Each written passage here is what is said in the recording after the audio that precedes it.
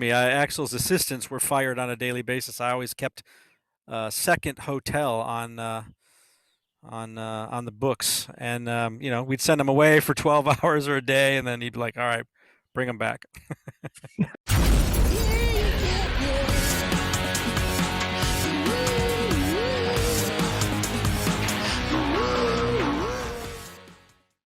Thanks for checking out Party Like a Rockstar podcast. I'm your host, Joel Miller. Today's episode is brought to you by Misha's Kind Foods. They're an LA-based small business making the world's finest non-dairy cheese spreads on the market today. They're delicious and healthy, made from a cashew and almond milk, and blended with various locally sourced fresh herbs, vegetables, and spices. There's no vegetable oils, soy, fillers, starches, or nutritional yeast. It's lactose-free, paleo, keto, kosher Parev, and 100% vegan. Enjoy the show. What's going on, Rick? Hey, how are you? Great. We were just talking about how intelligent you are. I'm sure you're short conversation. Oh, all right. Let's talk about achieving things. We'll go into isn't that a nice segue? We'll go into Rick's tour management history here. So Rick Fagan is a tour manager and tour accountant. He works for Trans-Siberian Orchestra, Motley, Crue, Boston, Velvet Revolver, Guns N' Roses, Audioslave, Limp Bizkit, Stone Temple Pilots, Puddle of Mud, Peter Frampton, Macy Gray, Richard Marx, Foreigner, Meatloaf, and Duran. All the people that did lots of drugs that Don Foose does not believe in. Don Foose is our second guest. He's the singer of the Spudmonsters, an American thrash metal hardcore and crossover band from Cleveland, Ohio, and One Life All In, positive hardcore band. He wrote a book titled Raw Life that supports living a healthy lifestyle. So my first question is that you are Rick's neighbor here, and I want to know, does Rick get invited to the block parties? The block parties. There's no block parties around here. No block parties. On a main street. He's got the street for the block parties. Everyone loves him in the neighborhood. Oh, we never had a block party on our street since I've lived here, and I've lived here for quite a while. But maybe this is the year I'll start one. I met one of my neighbors because I just moved. I met one of my neighbors and he's like, we should do a block party. I'm like, I'm in. I swear I'm fun. I'm a really good guy. I was like giving my resume. I'm good with kids. I'll walk your dog. Walk your dog. Walk your dog. And then he locked his door and you haven't heard from him since, right? I don't know. He gave me like a sparkling water. Oh, nice. Really nice. Yeah, right. That's neighborly. Must live in a nice neighborhood, yeah. Yeah, he's nice. Yeah, it wasn't even Perrier. It was like some special one I'd never heard of. I think Perrier was the lower class stuff. Back in the neighborhood I grew up in, it was like, here, kid, here's the hose. Yeah. I miss the taste of the garden hose. It's these smell and these flavor. My dad was a car mechanic. Probably met my dad, Rick. I think you might have.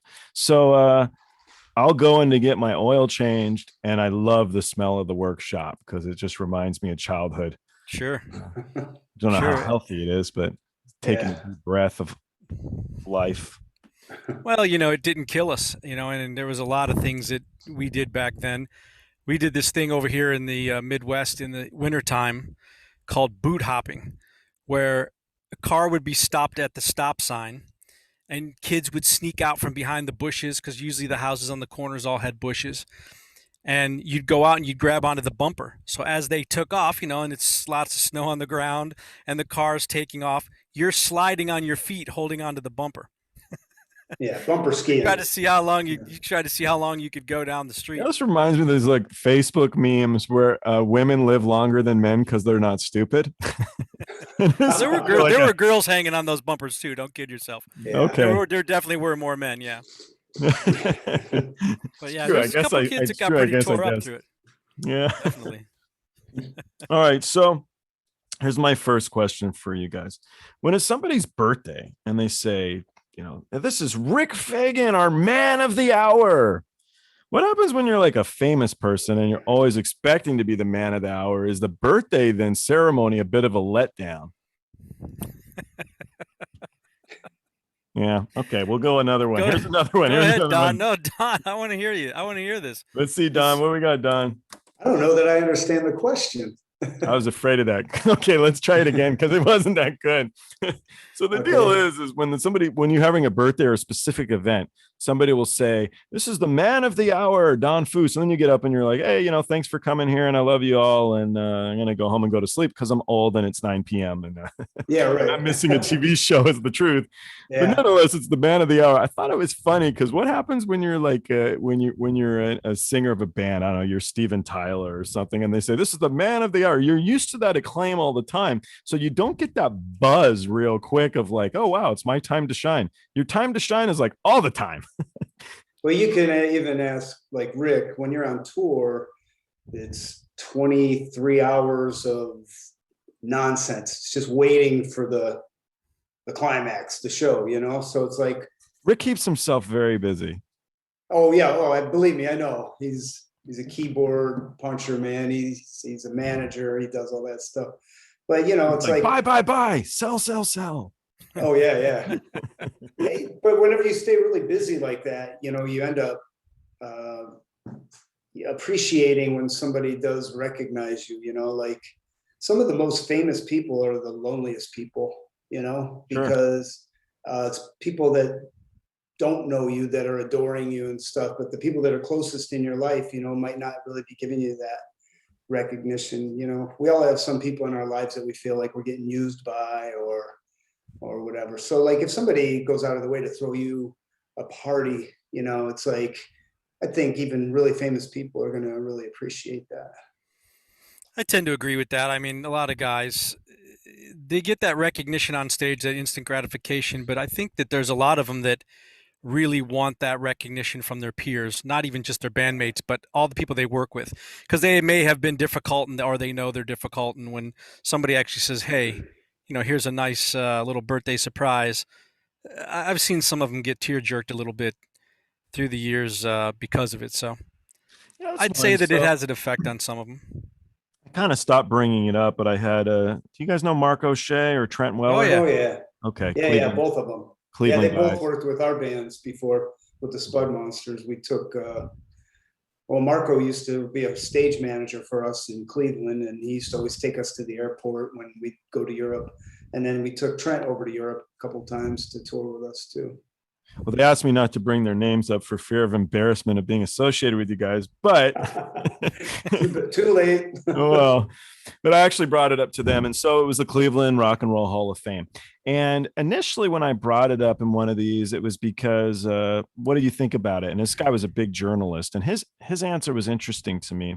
But what do you guys think about that? And it's a segue because again, it's like what you were saying. A lot of these artists, they get their award and they're so excited, and what does it really mean?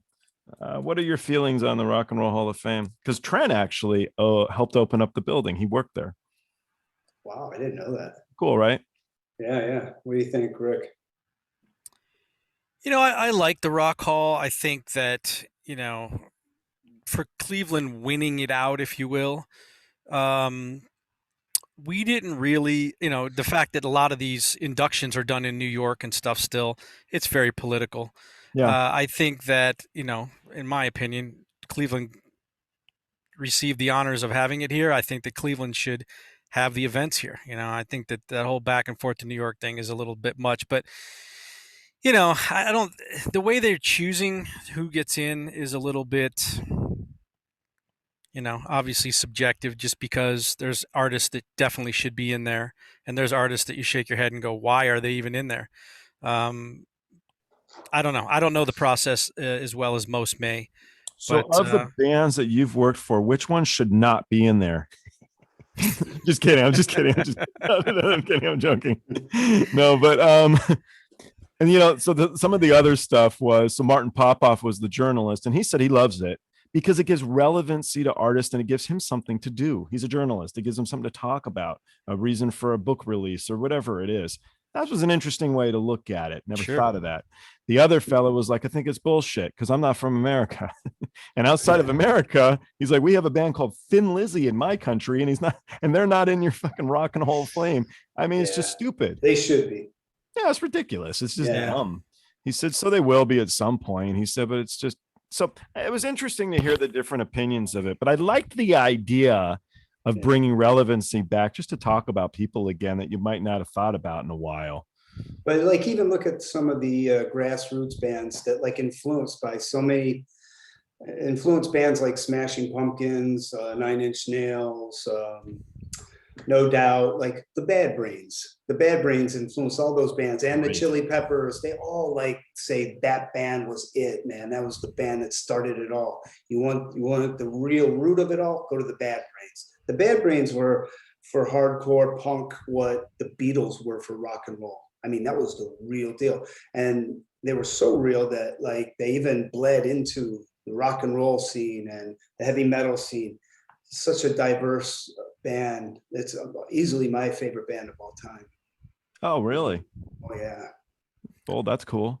Now, are they in the Hall of Fame, Don? They won't even be in the question. They won't even be in the discussion. No way. But what a great band. There's no money to be made from it. Let's do a re-release to what? You and me? I mean, how many people are going to care? Yeah. So there's not enough money. Yeah, but you ask any band nowadays, like through that 90s and 2000s, all those bands were influenced by the Bad Brains. So many of them. I'm drawing a blank on who set up the New Music Experience in Seattle. Was it Wozniak that set that up, or was it somebody that worked at Microsoft? And it was the interactive version of what I thought the Rock and Roll Hall of Fame should have been. Oh. It was state of the art. The material could change at any moment just by somebody in a room and a computer. And it was great. It was one of the coolest things I'd seen. And I remember going there after being, having gone to the Hall of Fame and thought, wow, it's almost like they missed the mark on it a little bit on some of the things and the way they set it up. And like you say, Joel, where's the money in it? I mean, yeah, U2 had their Zoo TV tour items hanging in there, the cars and the screens and stuff, and that was one of the biggest attractions. But once you've seen it, now what?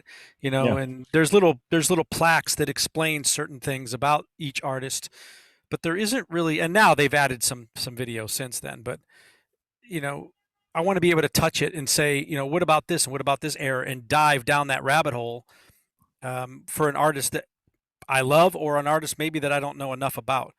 So it's interesting. So I was working as an art dealer for years, and people say, how could you pay, would you spend $1 million on a Ferrari? No, but you would spend 100 million on a Van Gogh. Absolutely. As to who.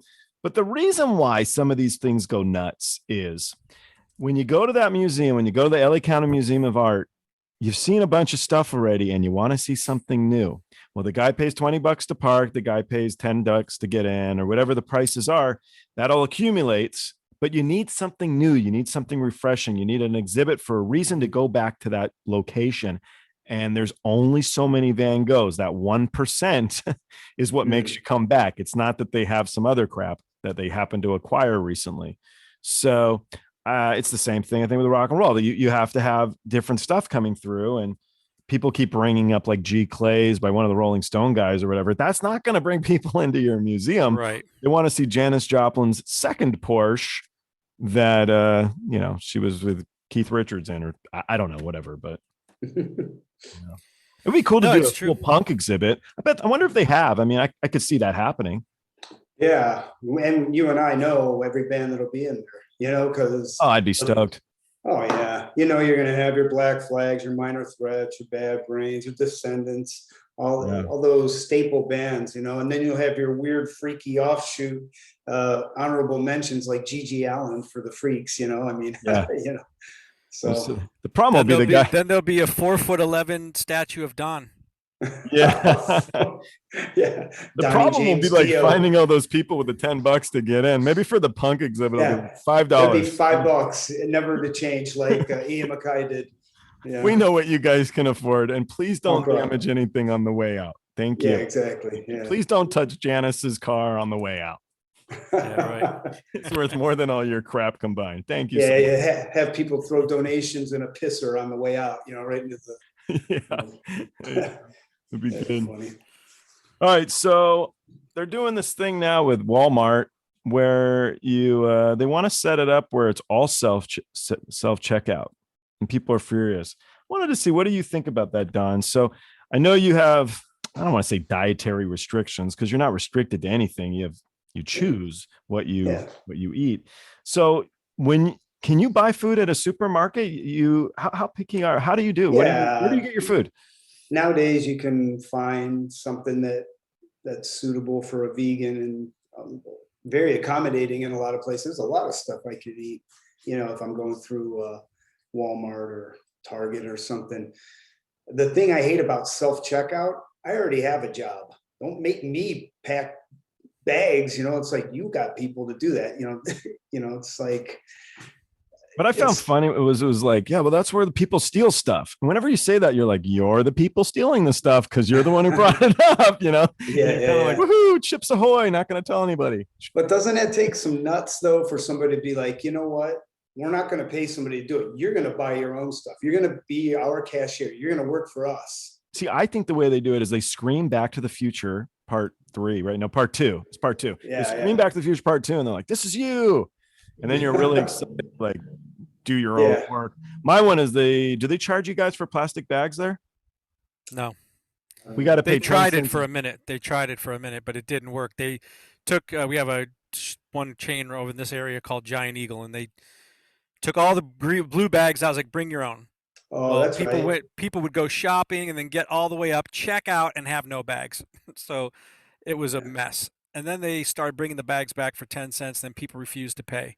So now they've just completely thrown it out the window. So we're 10 cents. It sucks, man. We're 10 cents everywhere. But Home Depot, no 10 cents. It's just at the supermarkets. But they made these really thick, heavy duty plastic bags. So now you're using way, way more plastic. And now what's happening is you program it in your phone. You go pick up your stuff. So they have it bagged already for you. So you're going through way, way more than I think you were before. Anyway. Yeah, definitely a lot more waste on that side. And the thing with these self-checkout things, for me, it takes jobs away. Now I understand, we've got a little issue with people making more money sitting at home than they are if they're going to work. So I know that there's a balance that has to happen in this country as far as minimum wage, all these sort of things. What is a fair wage for that jobs, etc. But I think that I feel the same way. I go to Costco and they're shoving. Here's the funny thing: they've got 10 employees lined up, shoving you toward the self-checkout lines. Yeah, it makes no sense to me. And the one girl said to me, "Yeah, come, you should check it out." I said, "Listen, you want to keep your job?" She said, "I love my job." I said, "Well, then I'm going to go over here and wait for your colleagues to check me out," because I feel that it's going to come to that. I mean, just like McDonald's has been threatening because they can't find people that want to work for $10 an hour, which isn't, push a couple buttons, hand them a bag of fries, 15, 20, whatever the state minimum would be or whatever. And then you've got, so it's easier for them to put we're going to go in, punch everything in, then there'll be one person that just hands you your food, and that's it. They're just running into a problem right now with the whole employment issues. Yeah. So it's going to be interesting to see how it all pans out. I mean, I support people making a decent, fair wage. However, the government says, okay, little small business, we want you to raise the wages that you pay these people. However, it's the big corporations that are, the Walmarts and the Home Depots that are causing these issues and causing prices to go up. I mean, even this whole thing with wood and stuff right now. Yeah, it's rough. Thing on TV the other day, it's the mills. So if the government's going to get involved in some of this, get involved and stop the mills from letting, hundreds of trains full of trees just sit there until the market goes up and then cut them, So I don't know. It's above my pay grade a little bit, but I think that, we need to get this country back on track a little bit with, some sort of balance and that sort of stuff, and with our workforce and things like that, and trades and because I mean, even rock and roll, it's a trade. I mean, look, not anybody can go and grab a guitar or tune a set of drums or program lights. I mean, there are skills involved. However, it was one of the industries that was left to hang out.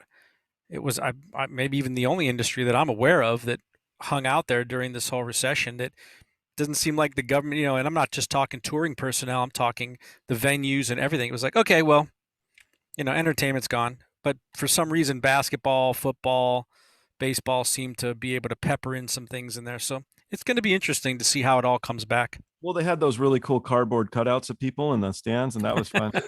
Yeah, right. That was really neat. I wish I could have submitted my picture for one. I would have liked to have been in the crowd. We all wish that you could have submitted your picture. Just All you had to do was donate. whole row of Rick Fagans. Yeah. There's probably some people who would not have liked that. No, that's impossible. Impossible. So numbers, speaking numbers. So do you do accounting outside of touring ever?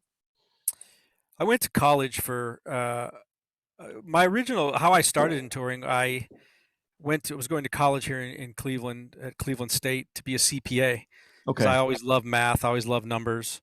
It was always my thing. And then a friend of mine who was in the touring industry, he had worked for a local band here in Cleveland who ended up signing with Left Bank Management, Alan Kovac's company back in the day.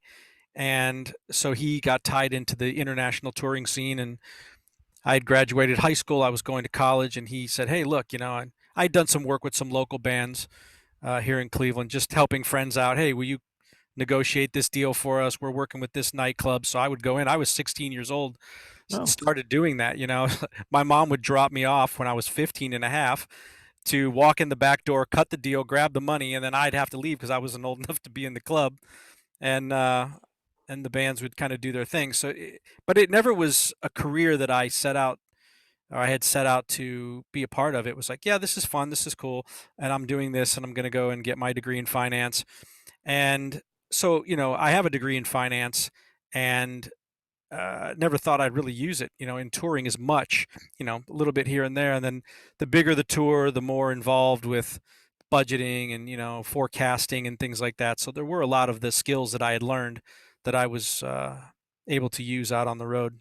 So you go to college. Are you a CPA or no? No. Okay. I never took the exam. You didn't take. So you go to college, and then how did you circle back to music stuff? So again, I had done some summer work with a friend of mine who was a tour manager, and then he said, "Look, come out on the road. I need an assistant out here. I need a guy to help me with my accounting and this and that." I said, "Well, it sounds like simple stuff, but sure, I can come out and do it." And then it started to work into that, and then because I was good at organizing and having, when he wasn't around or something, I would jump in, take charge, and just let it. So what was your first national tour? L.A. Guns and Billy Squier. Oh, cool. I was working for L.A. Guns. Nice. So it was an eye-opening, crazy ride. But so what year would that have been? You're in. That was '89. Oh man! So when I met you, you'd already been touring for a while. Yeah, I was touring for quite a while at that point. Yeah. What I remember Rick looking at me just always kind of like, you're just a glutton for punishment. It's amazing how dumb you are, because you keep, I'd go into the production office. Rick's very quiet on tour, at least when I was there. I remember he was very quiet. You always wore a button down. I remember you always looked, but you'd be quiet. You'd look okay. You look like you had bathed. And then if whoever would yell at me, and they were always in the same, get the fuck out, go to work. And Rick would just sit there smiling like, how does he keep coming back every day when we keep telling him, get the fuck out and go to work? Nice. I'll never forget. Yeah, you were never on our bus, I think. You were with the band bus on STP. Yeah. So it would have been on STP, I first tour I did, Graeme was the tour manager, and I did the accounting. And then another guy who talks a lot. Actually, Graeme agreed to come on here, and I'm really excited. Great guy. Great guy. He's very quiet. So I'm going to go reel it in and see what we can get out of him. Very nice person. He has a lot of history with that band for sure. He spent a lot more time with them than I did. And then, obviously I did some Velvet Revolver tours with Scott. Sure. At Scott's request. So it was very cool. Yeah, that and Chris Cornell. It's like we lost a lot of amazing people. Really good, amazing singers, and just good-hearted people. I mean, for all that people see of Scott in the news and things of that nature, he was just a really good guy who was, the drugs got a hold of him, unfortunately, and but he's got great kids, and I've talked to his ex-wife, Mary, and stay in touch with them a little bit. His kids are doing really well, so cool. Yeah, his son did that band with the Metallica kid or whatever. Yeah. Sounds like Scott. It was very cool. Yeah. It was Yeah. very cool. I hope Yeah. he finds a good path and does well for himself. So, Well, he saw a lot of that stuff that went on back in the day, so he's pretty much turned away from that kind of stuff, which is good because you know how it goes. Either somebody's going to get detoured from it or they're going to get attracted to it. And I think that when it comes to that sort of stuff, that he's going to be detoured from it. So you think that's a so? really good thing. I believe so. I really do. Well, he's got a great voice. I just hope he knows what a great guy his dad was, because his dad was such a good dude. And so that's what He you was a hope. great guy, and like I said, people only saw. It's the same with Fred Durst and everybody else. Even Axel. I get asked all the time. Who was the most difficult one between those three? And to be dead honest, they were all great guys in their own way. When you find out who they are, and you spend as much time as you do away from the limelight and away from the scene, you really get to see them as a person, instead of Yeah. that rock star per se. And they were all just great guys who were fighting their own demons from years past and things that have happened to them when they were kids and so on and so forth. So Yeah. it's that kind of thing. I mean, that's why when people say, "Oh, Axl Rose, oh, that guy was an asshole," I'm like, nah. Let me tell you something. I thought he was awesome. I mean, I really loved working with him. He was a great guy. Genuinely, I mean, when it came to, he got mad at Maxie Williams one time, who was one of your guests not too long back, Yeah. and the next day he said, "Cover his monitor desk with roses and this nice envelope to say I'm sorry." No kidding. That was Yeah, his Maxie way of didn't say doing that. it. That's cool. He was just a really good-hearted person, and misunderstood, just misunderstood. I mean, Don, you know that. I mean, you've probably been in those situations too. It's like, it just happens. Everybody has off days. Some more Yeah, and than it's a others, lot of but stress, man. I mean, you're carrying a lot of weight on your shoulders, because it's not you, it's not your band, it's your band, it's you, it's all the roadies, it's all their families, it's the gig, it's the promoter, it's the audience wanting to enjoy themselves, and you're the guy. It's got to be tough. It's got to be tough. So to take a step back for one sec. So Don, so you've done tours where, have you done a tour where you had to go get the money at the end of the night after singing the show and everything? Yeah, but that element of my job came later. In the Spudmonsters, we had a 75-year-old lady who was our manager, Debbie Abono. That's great. She used to manage. Was she tougher than Rick? Yeah, probably. So. Yeah, I'm sure she will. Okay. But she was the Bay Area thrash bands like Testament and Forbidden and Exodus, and the guys in Metallica were like best friends with her son. So like everybody in the scene. And the funny thing about it is she turned down Green Day to manage them, to manage the Spudmonsters. I guess we used to tease her. That was your biggest downfall, your worst management blunder. But so the sweetest lady, and she passed away, I believe it was in 2010 on my birthday, actually, May 16th. Oh, that's my birthday. Oh yeah, hey. That's funny. Brother. Yeah.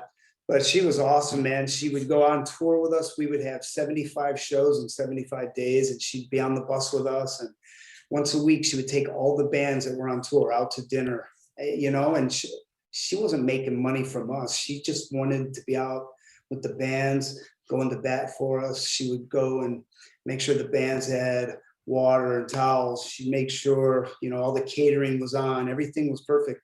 And these club owners loved her because this little old lady, she was a beautiful lady too. She looked like Linda Evans. Remember that lady from Dallas?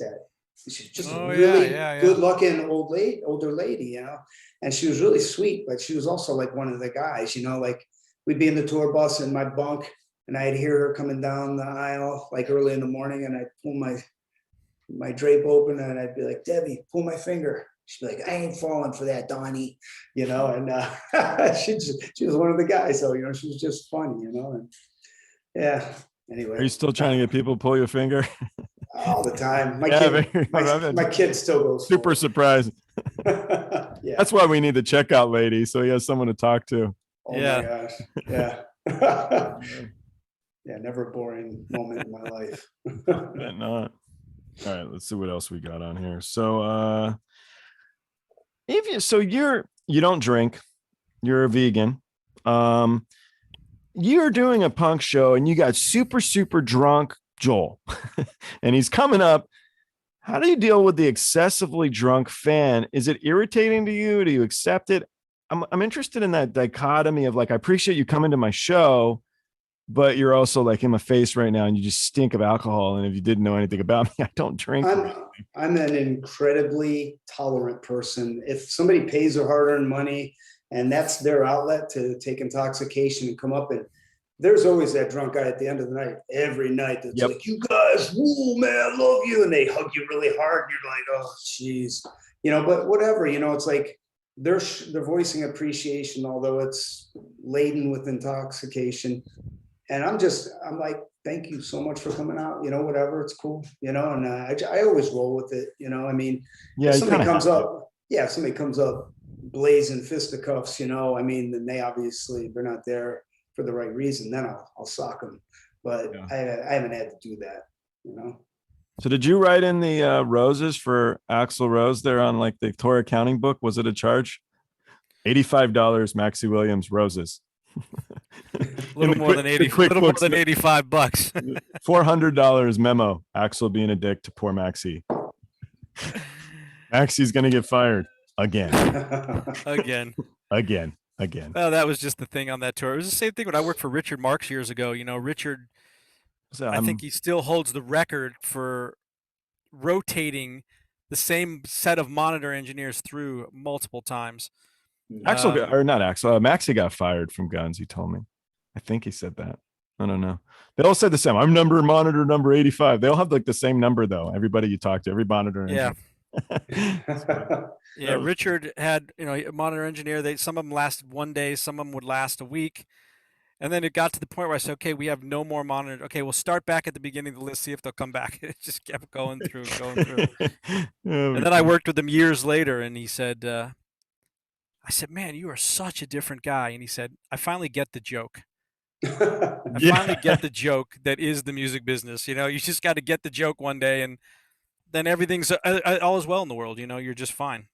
So it was kind of funny. That guy had some mega hits, man.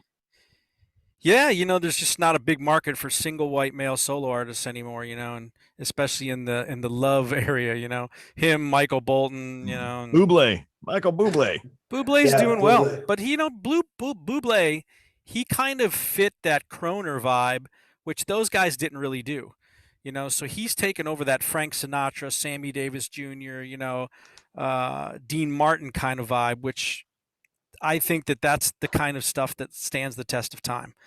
I love listening to him, and it reminds me of listening to the Frank Sinatra songs that I love as well. So I think that, that's why I think that kind of stayed and has gained momentum where, some of the ballad singers didn't fare so well at some point. But, it could come back, it could all change, it could all change. One I remember from you, I remember sitting in the bus and you were going to go to a band called the Counting Crows. And I remember like that lucky fucker because I loved the Counting Crows. We only did one show with them. I think it was before you left, but probably was a festival show we did. It was a festival show, but they were on the other stage. And I remember running over there to try and hear any part because I really, really do like them, to hear anything. And I remember Charlie coming, get your butt back here, wherever it was. Hey, can you go check on the water supply? Whatever it was. And I had to go back and I never got to see them play or anything like that. But I remember you going, and I remember thinking how lucky you were to go see them perform. I worked for Counting Crows and Live. I was a joint accountant between the two bands. So, that was a bit challenging because a lot of things were split, some things weren't. So, there was a lot of pieces to the puzzle, and every receipt, had to go through several different eyes in order for it to be approved for this and that. But it was, both sides were really great guys to work with. It was a great tour. It was very successful. I think they did it again years later, like 2 or 3 years later. They did that joint tour again, then with another band in front. But yeah, they were a great bunch of guys. Just hit after hit with them too. Songs that I didn't even remember they sang. I was like, oh yeah. It's just in the songwriting. They're amazing songwriters. And then Adam can really, really sing. He has that voice that sucks you in. And then the live guy, I mean, he's supposed to be tough, but freaking awesome music, man. Yeah, he's a great singer live too. I mean, they still at that time, they weren't as popular as when their records first came out, their initial debuts, and I'll tell you what, they all sounded. I mean, even the musicianship, it was just amazing every night. Yeah, really great. Yeah, well, the Counting Crow guys were studio dudes, weren't they? Yeah. Good golfers as well. Yeah. So I've talked to a few people from the Alice Cooper camp. That's like, don't play poker, don't golf. Yeah. He'll destroy you. It's like, oh. I remember I worked for Meatloaf back in the mid '90s, and we were in Canada, and Meat wanted to play golf, and he wasn't a great golfer, but he loved to go golfing. And he and I would go to a lot of these celebrity golf tournaments. Jim Kelly would have one, Bruce Smith, all these big high football players at the time. Was he like your bag holder guy? What's that? Was Meatloaf your bag guy or whatever they're called? The caddy, right? Caddy shack. Caddy. I do a lot of golfing. He was Rodney Dangerfield for sure. Okay. But he was funny because he would tee it up out in the fairway, and he was like, "Don't tell anybody. Don't tell anybody." But we were in Canada, and exactly, we were in Canada, and Alice was in town, and we showed up at this country club that we were invited to play at, and we ended up playing this round with Alice. And at the time, I was playing really well, and Meat was getting frustrated because we were, kind of had this little challenge rivalry thing going, and here he is teeing it up out, and he was throwing extra balls down, and just hitting 2 and 3 shots, and it was fun though. But it was fun playing with Alice. I mean, he's definitely a student of the game, and this was, he had been playing for a while at this point, and he still plays. So I'm sure he's even better now than he was then. Yeah, they say it's like his whole deal. It's his life. He loves golf. Just loves everything about it. Yeah. Good times. Don's a good golfer. Yeah. No. I golf. I can golf. I'm not good. I said after the interview, we're going out to play. Let's go. He's like, maybe Saturday. It's supposed to rain Saturday here. Is it? Oh. Yeah. Thunderstorms. Did you ever meet Jim Steinman? Yeah, I met Jim. Well, I was involved in the recording of the Welcome to the Neighborhood record, which was Meatloaf's kind of, I want to do something on my own. Jim didn't want to be involved at the time.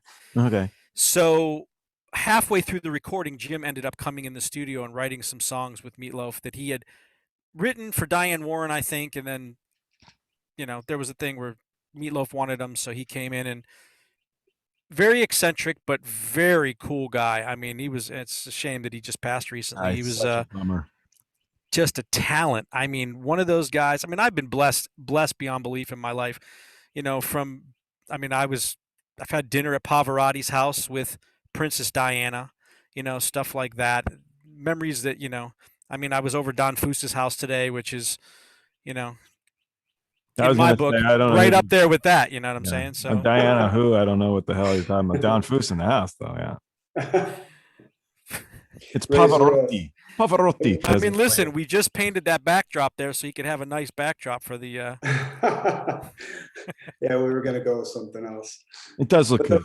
The funny thing is, you're calling all these guys you're connected with. You're like, Meat. Yeah, Meat moved up and was hitting out of the fairway, and then Alice. You'd be like, "Oh, you're playing golf with some friggin' meathead and some lady." It's like all these guys. Alice and that Meat guy. Yeah. Yeah. Look, Meatloaf, I've been told now he has health issues, I guess. So I don't know if he'll tour again, is what I heard, which it was public, I think. But he had a big influence. He did a Rolling Stone article, and he talked about his influences. And one of them was a guy named Frankie Miller, who was a Irish rock and roll guy. And I like Meatloaf a lot. And so I had written these names down to go seek who these guys were. Frankie Miller is very, very, very cool. A lot of people don't know who he is. I'd say the majority. Mm-hmm. Check out Frankie Miller. And in this weird way, you'll have more respect for Meatloaf. I don't know why, but you can hear the little influence, but the guy could sing. It's so good. And he's a blues guy from Ireland. Yeah. I used to love that Bat Out of Hell album. Yeah. I'd turn it, I'd play it turn it over. I just constantly played it, had the headphones on when I was a kid.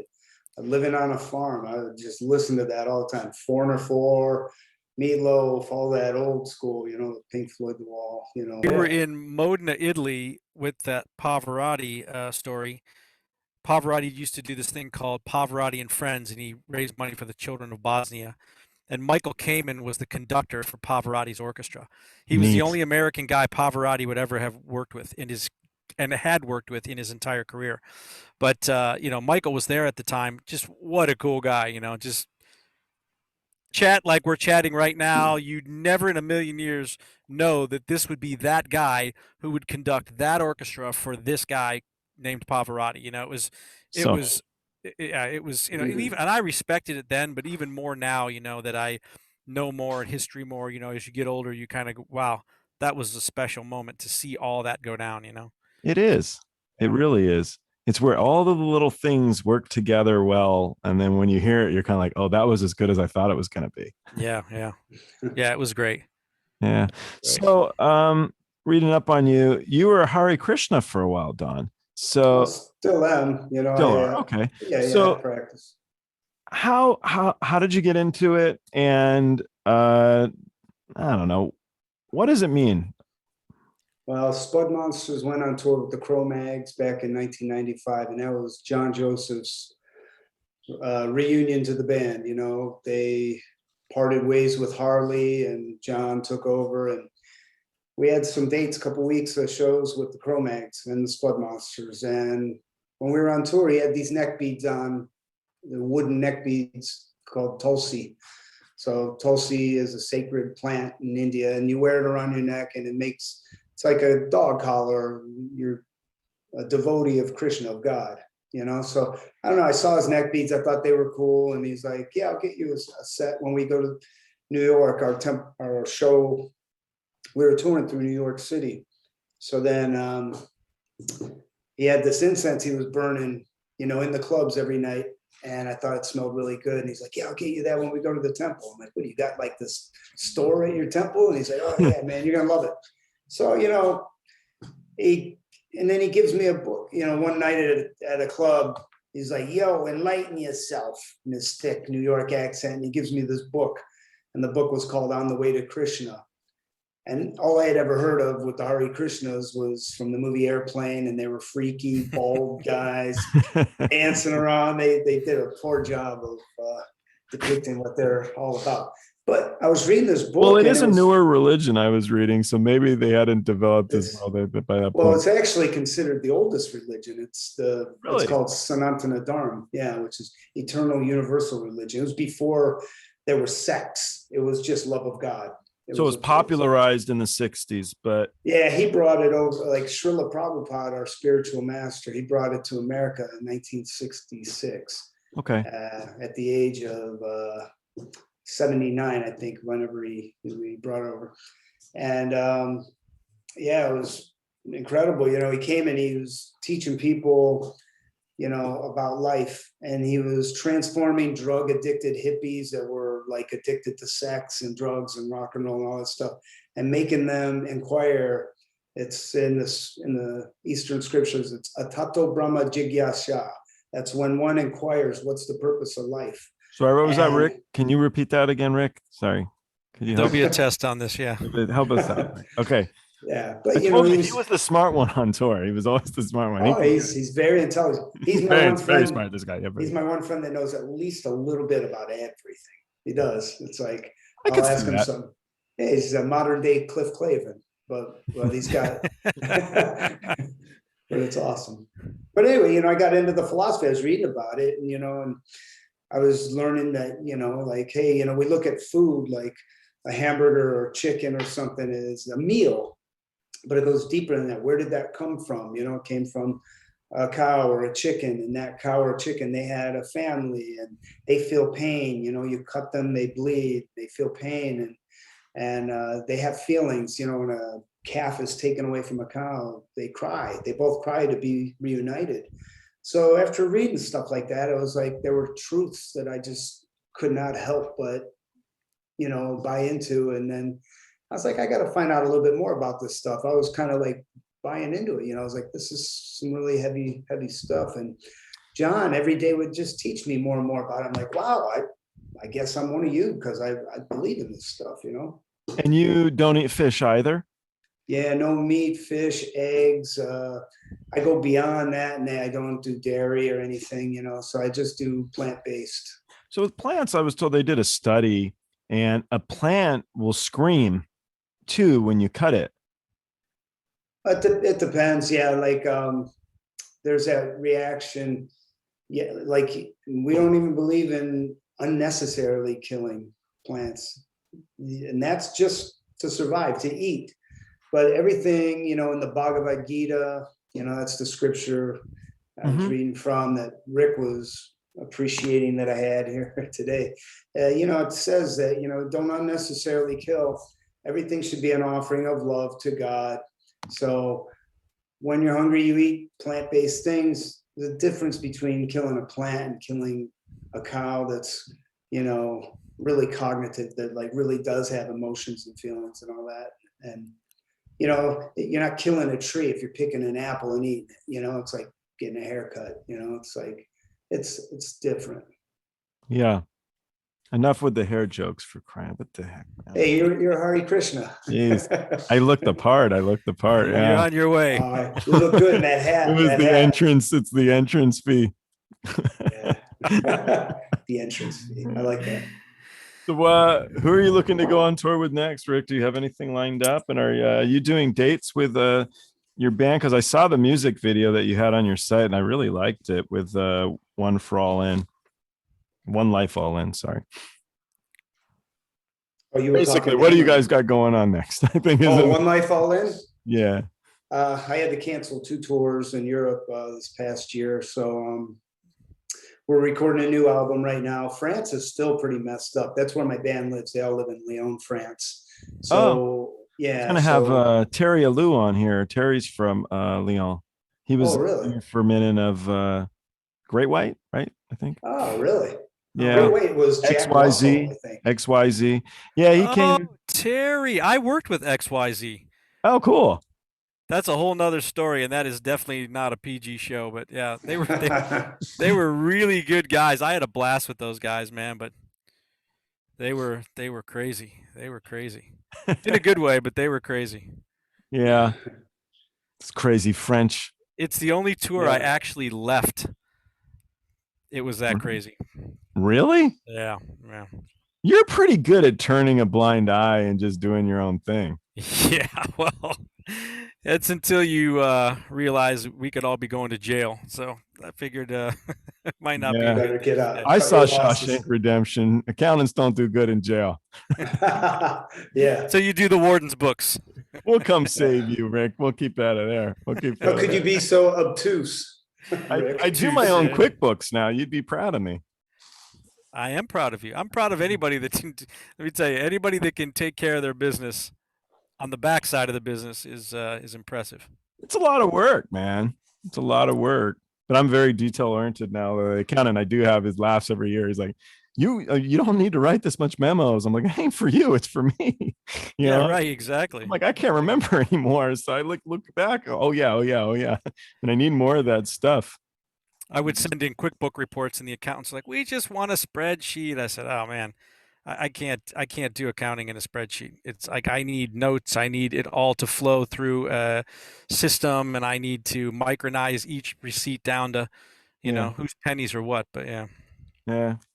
So, a question I try to ask everybody. I had this my buddy's daughter is 5th grade, and she said, when you do your podcast, you need to ask everybody when they first felt famous. So this is a 5th grader. Okay. It's a kid. So to make it a broader question, because I like the idea of it, when was the first time you felt famous, celebrity, felt good about yourself, knew you were on the right path? There was a moment in time where you smiled and went, this is cool. Some event that makes you think it's worth telling, something that was important in your life. go ahead, Don. Okay. This could take a minute, but Take time. when I was in 11th grade in high school, I went to the Cleveland Coliseum. That's where the big concerts came. Iron Maiden was on tour, Nice. and Twisted Sister was on the Stay Hungry tour. Great band. So my buddy and I, Dave Nemeth, we got all drunk that night. I was a drinker back then in high school. And we waited, we got in, and once we got into the Coliseum, we come up to the bathroom, and some dude was puking right there at the entrance of the bathroom. Like, oh, we're not going in that one. It's really crowded too. So we went to far down the corridor till we found a less traveled bathroom. Went in, there was hardly anyone in there. I went right into the stall. And when I closed the door, there were some backstage passes, some laminates on there with a mag light, duct tape on there and everything. I was like, whoa, jackpot. And I saw a TS, US tour, Twisted Sisters. Somebody left their laminates in there. So I was like, whoa. So I grabbed them. I grabbed my buddy and I'm like, dude, let's go. He's like, what's up? I'm like, follow my lead. So we went down to the lower bowl of the Coliseum, and there was a guy flashing the lights. I'm like, hey, I'm with the band. Oh, you were that guy. Okay. Yeah. So check this out. So he lets me through, and then he holds up my buddy. I go, no, he's with me. And he goes, oh, okay. And I'm like, holy shit, this guy just bought that. So we got in, and then we're not knowing where to go. We always hear backstage, but all right, let's just go and look around till we can find people. So then back there's like this big concrete corridor behind there, and there's like locker rooms and all this stuff, and then there's other rooms. So we go and we see Twisted Sister, and then we see the itinerary. It says load in, soundtrack, dinner, all this stuff, and there's arrows pointing to Twisted Sister's room. I'm like, whoa, let's go. So we go in there, and we go into this room, and the band's there, there's press there, all this catering everywhere. Dee Snider's sitting on the couch, just thumbing through a magazine. He's got his makeup on and stuff. We're like, whoa. So we're like just kind of laying back like flies on the wall. We see they got beer, and I'm like, I grab one, give one to Dave. We crack it, we start drinking. We're just experiencing all. Hey, we helped ourselves to some pizza. Nobody's asking any questions. There's a big thing going on. And then their stage manager comes back, 15 minutes, guys. We're like, whoa, they're about to go on. We're like, what the hell? This is amazing.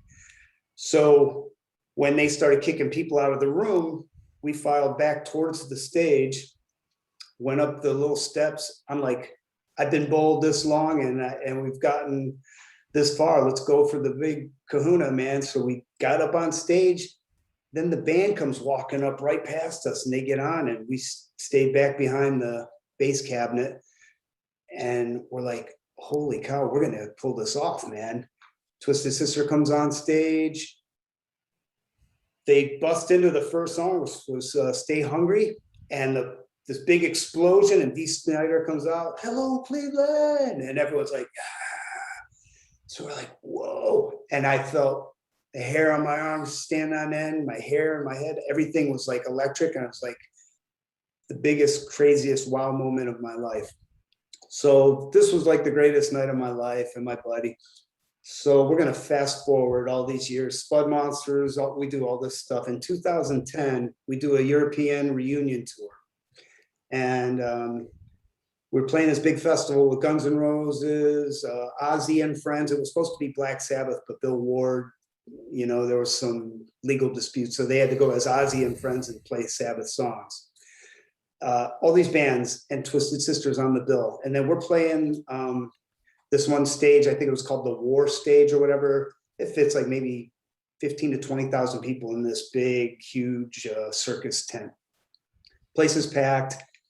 First show we played, in the longest time. And this was at Hellfest. This was in France.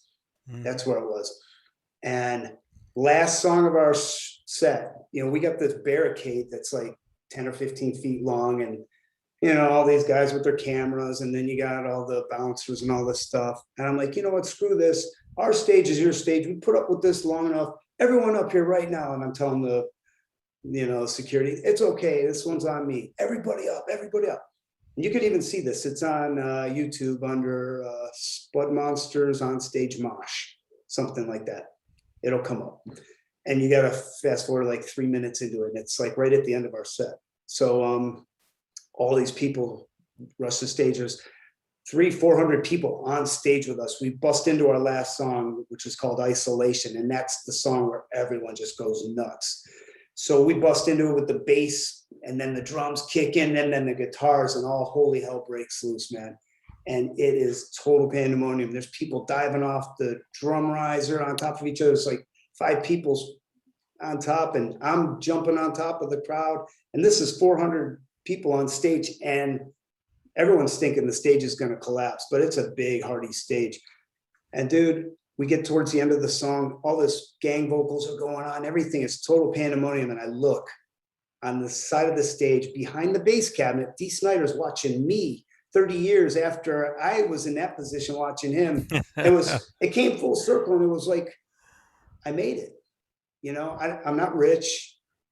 I've toured throughout 23 countries in my life, but that was the moment where I felt like I made it. This is it. I felt like a rock star. Dee Snider was watching my band. And then I come off stage, he goes, oh, while I'm up on people's shoulders and I see him, he's like, fuck, yeah. Fuck, yeah. He's like, and I was like, wow, man, he's digging it, you know? So we got off. I went over, talked to him. We took a walk together. We took a picture. He's like, that was such a great story. I told him, man, back in the day, 1985, I was watching you, and here I am, and you were up watching me. And he's like, that is such a cool story. That is cool. Yeah. What happened to the laminate?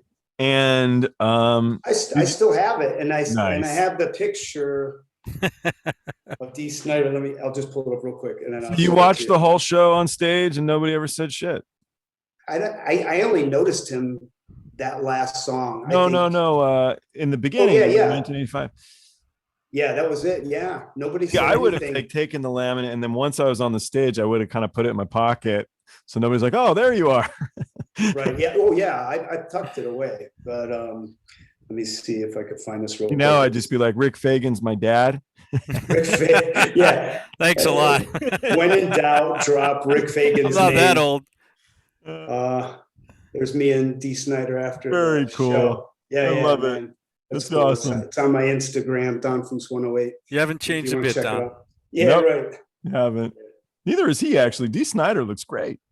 Yeah, and he's a good guy too. He's just a really good all-around He's person. a music enthusiast. He's a cool kid. I had Michael Grace on here. Michael wrote Poltergeist, amongst some other things. Yeah, he's a great guy. And I wanted to get Dee Snider on because Dee likes horror films, and so I thought that'd be he produced a couple of them too. Yeah, that'd be fun hearing him. They asked some interesting, different questions. It was cool though. We had a couple really neat people come on, so that was a good one. I've known Michael a long time. He's an interesting guy, and it was very cool to hear some of the ins and outs. I'd never really talked to him about shop ever, so I had a lot of questions too I didn't know about. It was neat. It was really neat. Hey Rick, let's hear your what do you got, Rick? When did you feel like you were I never actually felt that. I felt I wasn't in the business to have a famous position or something like that. It was very much, I got into it. I loved the business side of the business. I loved solving problems. That was obviously what makes a good tour manager. And, just trying to get to that point. I mean, I feel like I still always strive to get to that place in my life where I feel, but I'm always chasing that guy. It's very similar to what Matthew McConaughey said in his acceptance speech when he won for Dallas Buyers Club. He said, I'm always chasing the guy, me, 10 years from now, And I never quite thought of it that way, but it made a lot of sense to me when he had said that, because I always feel like I'm always trying to better myself. I mean, I just finished a yoga teacher training, which is why when Don was talking about the book, the Gita book, I just had to read that. So, because a lot of yoga is obviously based on the old ancient Sanskrit writings and philosophies and all these sorts of things, more than it is the practice of the asanas, the actual movements. So it's pretty cool stuff, and I love to learn. So I'm finishing up my pilot's license at the moment. So it's just a lot of things like that. So Do you still think you're chasing that 10-year-old Rick, or 10 years future Rick rather? I think I'm slowed down. Maybe it's only 5 years in the future. That's okay. Maybe not 10, but I'm always chasing that better version that I see of myself, and then and when I look back at my journals and things, I go, wow, I've done a lot, and I've been a lot of places, and I've been really blessed to have met the people that I've met, and traveled to all the countries that I've been to, and have the friends that I have, and I've been really blessed in that sense. So, I wouldn't. People say, "Well, would you change something?" There isn't much that I would change, even in the bad situations or the bad times. There's lessons in everything, and I really feel that I got the best education I could ever get out on the road, um, and around the world, and different cultures, and with different people, and getting my ass handed to me from an artist, but then that artist and I becoming good friends and things. So there was just so many great moments that I could write 100 books on, and I just think that it's there's a lot of good stories out there to be told. Yeah. In that aspect, as you've written one. It's a lot of work. It was actually a really hard. I didn't think it would be that tough. It's tough, but it's worth it. It's worth it. Well, congratulations on your success. I mean, I'm really happy for you. I think it's great. The book's doing well, and this podcast. Obviously, you've got a plethora of. I'm like the roadie. I'm not a king. I'm like the roadie prince, because I've just got like every roadie wanting to jump on, which I'm trying to do, everybody, because it's cool, and I've heard some just beautiful stories from roadies of just great stuff that I listened to, and that story was so good, Don. I was so cool, man. Yeah. And it makes me smile at the end of the day. I love it. I enjoy it. So so far great. so good. Yeah, so far I don't know where we're going from here, but I'm of the life of, I like that part in life of not knowing what's next, or Change is inevitable, and it's important to be open and to embrace it, because it's coming, whether you like it or not. So if you're open to different scenarios and all these different things, and just open to the different stories, and I mean, you've had some great questions. Thank you very much. Yeah, they were a little. What about Walmart? Oh, Walmart. Yeah, but it's it's life, man. I love it. I love it. One thing you were talking about, Rick, was all these experiences and being able to travel so much. I feel really blessed that I got to do it at such a young age. I'm 53 now, but I was like 25 years old. I remember the first time we flew into Germany, and we had a show that night with Biohazard on the Urban Discipline Tour, and it was in front of 2,000 people in an airport hangar, and we were like, what's going on? Super neat. Oh my gosh, yeah. And the very first night here, I go in front of this crowd, and I'm like, you guys ready or what? And they're like, yeah. And I run, I jump out there and do a flip into the crowd. And right from the very beginning, the crowd went crazy for us. And then I remember we were coming off the stage after we were done playing, and I thought there was a big fight going on in the hallway back over by the merch table. And Evan from Biohazard was standing there. I'm like, what's going on? Is there some beef out there or something? He goes, dude, they're buying your CDs and your shirts and stuff. They're all fighting to get your stuff. I'm like, get out of here. We sold like over 150 shirts that night, which, for a show, 150 shirts, we were like, whatever, and like over 100 CDs. And, it was like a whole different element. But I was young and experiencing that, and stuff wasn't handed to us. Like a lot of these bands, they get recognized and they go on tour, and they're in the tour bus from their first tour. But we had years of just struggling in a van and all that stuff. But now we finally got our break. Our first tour with Biohazard was in a Winnebago. It was pretty funny, the little thing. I slept in the Cliff Burton suite right above the driver, and it was a pretty neat experience. That was our first time ever doing something outside of a van. And that was another time where I felt like, wow, man, we feel like we have a bus. Yeah, it's a bus, a Winnebago. Right. Anyway, thank you guys. It's really nice to get to know you, Don. It's cool to thank you, Joel. And Rick. Appreciate having us on. Yeah, absolutely. Man. Great talking to you. And again, congratulations. I think what you're doing is really great. Congratulations on all your stuff. And I appreciate it. We'll see where things go from here.